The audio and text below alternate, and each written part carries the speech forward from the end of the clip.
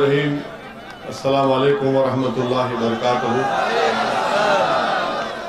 मंच पर तशरीफ फरमा जनाधिकार पार्टी के अध्यक्ष वो भागीदारी परिवर्तन मोर्चा के कन्वीनर मोहतरम जनाब बाबू सिंह कुशवाहा साहब, जनाब शौकत अली साहब अध्यक्ष मजलिस इत्तेहादुल मुस्लिमीन उत्तर प्रदेश, और जनाब मुबश्शिर अहमद साहब जो इस विधानसभा के मजलिस इत्तेहादुल मुस्लिमीन के प्रत्याशी हैं, मौजूद हाज़रीन इकराम, बुजुर्गान मिल्लत, मेरे गयूर नौजवान साथियों, इज़्ज़तदार माँ और बहनों, आप तमाम का बेहद शुक्रिया कि आपने अपना कीमती वक्त निकाल कर आज की इस मीटिंग में शिरकत की।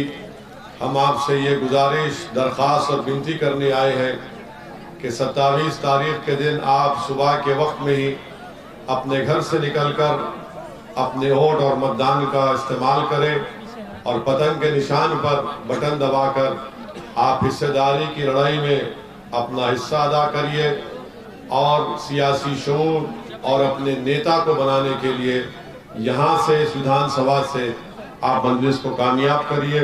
ये मेरे लिए बड़ी खुशकिस्मती है कि मैं एक ऐसी सरजमीन पर आया हूँ जो हज़रत दाता शाह रहमतुल्लाह अलैह की सरजमीन है। ऐसी सरजमीन पर मुझे आने का मौका मिला कि जहाँ पर अंग्रेज़ी में कुरान का ट्रांसलेशन हज़रत अब्दुल माजिद दरियाबादी रहमतुल्लाह अलैह ने किया था। यकीनन ये एक मुबारक सरजमीन है और मैं अपने आप को खुशनसीब समझता हूँ कि मुझे यहाँ पर आकर अपनी बात करने का मौका मिला। मेरे अजीज़ दोस्तों और बुजुर्गों, इस विधानसभा में बहुत से मसाइल हैं। डिग्री कॉलेज नहीं है और जो सफदरगंज की रोड है बुरे हाल में है और सरकारी अस्पताल की जगह बहुत है लेकिन वीरान है। सब्जी मंडी, बस स्टॉप की ज़रूरत है और आप जानते हैं कि यहाँ पर माशाल्लाह से जो पासपोर्ट की इंक्वायरी के लिए एप्लीकेशन जाता है तो बगैर 2000-3000 के कबूल नहीं होता।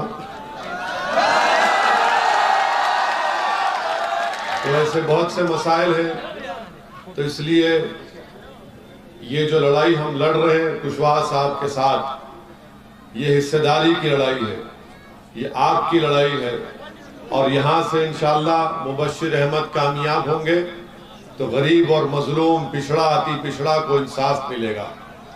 अगर आप ये समझ रहे हैं कि समाजवादी है और समाजवादी जो है बीजेपी को रोक पाएगी, तो मैं आपसे अपील कर रहा हूँ कि आपने यही फैसला 2014 में किया था और आपका फैसला सही साबित नहीं हुआ। बीजेपी जीत गई। 2017 में आपने फैसला लिया कि राहुल और अखिलेश यादव को वोट देंगे, मगर आपका वो फैसला सही नहीं था। 2019 में आपने अखिलेश और बहन मायावती को वोट देने का फैसला लिया, वो फैसला भी आपका गलत साबित हुआ, बीजेपी जीत गई। हम आपसे सिर्फ यही अपील करने आए हैं कि आज आपके दरमियान में विकल्प है, एक मुतबादिल है। असदुद्दीन ओवैसी अकेले नहीं खड़ा है, बाबू सिंह कुशवाहा अकेले नहीं खड़े हैं। समाज के, कश्यप समाज के, दलित समाज के 3-4 पार्टीज मिलकर हमने भागीदारी परिवर्तन मोर्चा बनाया है। हम आपसे अपील कर रहे हैं कि अगर आप ये चाहते हैं कि इस विधानसभा से एक ऐसा आदमी कामयाब हो जो आपका विधायक नहीं बल्कि आपका खादिम बनकर रहे, तो मेरी आपसे गुजारिश है कि आप मुबश्शिर साहब को कामयाब करिए। ये बरसों से जनता के दरमियान में रहकर खिदमत करते आए हैं। और दूसरी बात, आप जानते हैं कि फिरका परस्ती अपने उरूज पर है और मैं जानता हूं उन बुजुर्गों को, मगर उन बुजुर्गों से भी अपील कर रहा हूं कि आप इन नौजवानों के जज्बात को समझिए। इन नौजवानों ने 2014 से मॉब लिंचिंग देखी, इखलाक और पीलू खान की मौत को देखा। इन नौजवानों ने ट्रिपल तलाक के कानून को बनते हुए देखा जो गैर कानूनी और गैर अनकॉन्स्टिट्यूशनल था। इन नौजवानों ने CAA के खिलाफ कानून बनता हुआ देखा। इन नौजवानों ने ट्रिपल तलाक का गलत कानून देखा। मगर हम आपसे अपील कर रहे हैं कि नौजवानों के जज्बात को समझो।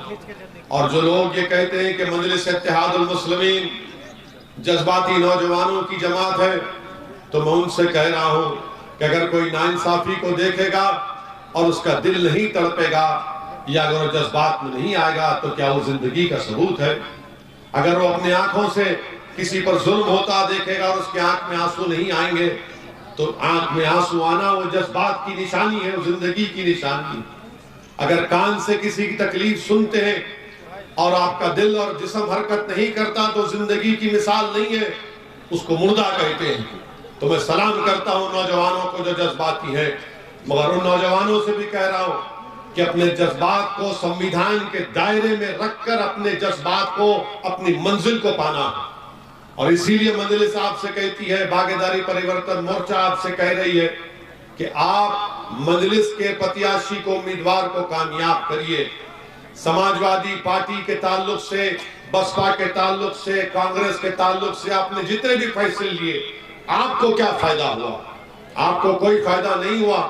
मेरे पास वक्त नहीं है, सिर्फ इतना आपको कह रहा हूं कि जो समाजवादी के लोग, बसपा के लोग, जो मुस्लिम अल्पसंख्यक समाज के इलाकों में आकर खौम खौम खौम की बातें करते हैं, आप उनसे पूछो कि एक दीवाना आया था यहाँ पर, एक दीवाना आकर हमको ये बताया कि उत्तर प्रदेश में एक मुस्लिम अल्पसंख्यक समाज घर में सिर्फ 7 रुपये खर्च होते हैं, और उत्तर प्रदेश से बाहर अगर हैदराबाद हो या मुंबई हो या दिल्ली हो, वहां पर 10 रुपये खर्च होते हैं।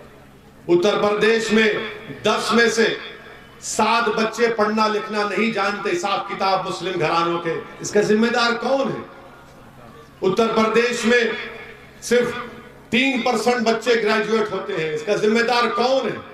आपको मालूम मेरे भाई, जिंदगी में भी इंसाफ नहीं मिलता है, तो जब मौत आती है तो हमारे पास आंकड़े हैं, हमने स्टडी कराई माहिरीन से, जो फॉरवर्ड कास्ट के लोग हैं उनके बनिस्बत मुस्लिम अल्पसंख्यक समाज के लोग 6 साल पहले मर जाते हैं, 6 साल पहले उनकी मौत हो जाती है। ये सच्चाई को जब हम बयान करते हैं तो सब हम पर उंगलियां उठाते हैं, सब हम पर उंगलियां उठाते हैं। हमारी लड़ाई तो यही है कि हमारे बच्चों को शिक्षा मिले, गरीबी का खात्मा हो, रोजगार मिले। ये लड़ाई आसमान से तारे तोड़कर लाने की तो बात मैं और कुशवाहा साहब नहीं कर रहे। भारत के संविधान में आपको गारंटी दिया गया है कि लो ये, मगर किसको दिया जाएगा? रोने वालों को नहीं मिलेगा, भीख मांगने वालों को नहीं मिलेगा, लड़ने वालों को मिलेगा। अगर आप जिद्दोजहद करेंगे तो यकीनन आपको अपनी मंजिल मिलेगी। और हम यहाँ पर सिर्फ अपने लिए नहीं आए, अल्लाह हमारी नीयत को जानता है। हम अपने तारीफ में नारे आपसे, आपकी जबान से सुनने को नहीं आए ताकि हमारी अना को, हमारे दिल को ठंडक पहुंचे। हमारे दिल को ठंडक उस वक्त पहुंचेगी जब यहां से आप मुबश्शिर को कामयाब करके अपना विधायक बनाएंगे इंशाअल्लाह ताला। हमारा मकसद तो यही है कि इंसाफ की लड़ाई, मजलिस की लड़ाई। मेरे अजीज दोस्तों और बुजुर्गों, हम आपसे अपील करने आए हैं कि 27 तारीख के दिन आप अपना एक वोट पतंग के निशान पर बटन दबाइए। भारत के प्रधानमंत्री आजकल अचानक बड़ी मोहब्बत हो गई उनको मुस्लिम महिलाओं से,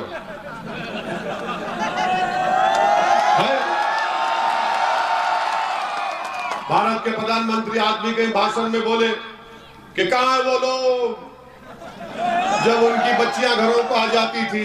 भारत के प्रधानमंत्री कहां गई आपकी मुस्लिम महिलाओं से मोहब्बत, जब कर्नाटक में बच्चियां, आपकी सरकार उन बच्चियों को हिजाब और निकाब पहनने से स्कूल और कॉलेज जाने से रोक रही है? कहां गई आपकी मोहब्बत कि हमारी बेटियों को सरेआम उनके कपड़े उतारे गए, बुर्का उतारा गया रोड पर? जब आपको मोहब्बत नजर नहीं आई। और आपकी मोहब्बत कहां गई जब आपकी सरकार ने उत्तर प्रदेश के मदरसों में 1 पैसा नहीं दिया? आपने गवर्नमेंट ऑफ इंडिया की स्कीम है मदरसा मॉडर्नाइजेशन स्कीम, हमने पार्लियामेंट में सवाल उठाया था, मुख्तार अब्बास नकवी ने झूठा वादा किया, उत्तर प्रदेश की सरकार को 40% हिस्सा देना था, नहीं दिया। कहां गई आपकी मोहब्बत प्रधानमंत्री जब CAA के प्रोटेस्ट में 22 मुसलमानों को गोली मारकर हलाक कर दिया गया, कत्ल कर दिया गया? ये मेरे अल्फाज नहीं है, जस्टिस सुदर्शन रेड्डी जो सुप्रीम कोर्ट के साबिका जज थे उन्होंने कहा। मेरे अजीज दोस्तों बुजुर्गों, अब प्रधानमंत्री नया जुमला बोले हैं कि 10 मार्च के बाद 10 मार्च के बाद सांड और आवारा पशुओं के गोबर से आपको दौलत निकाल कर देंगे।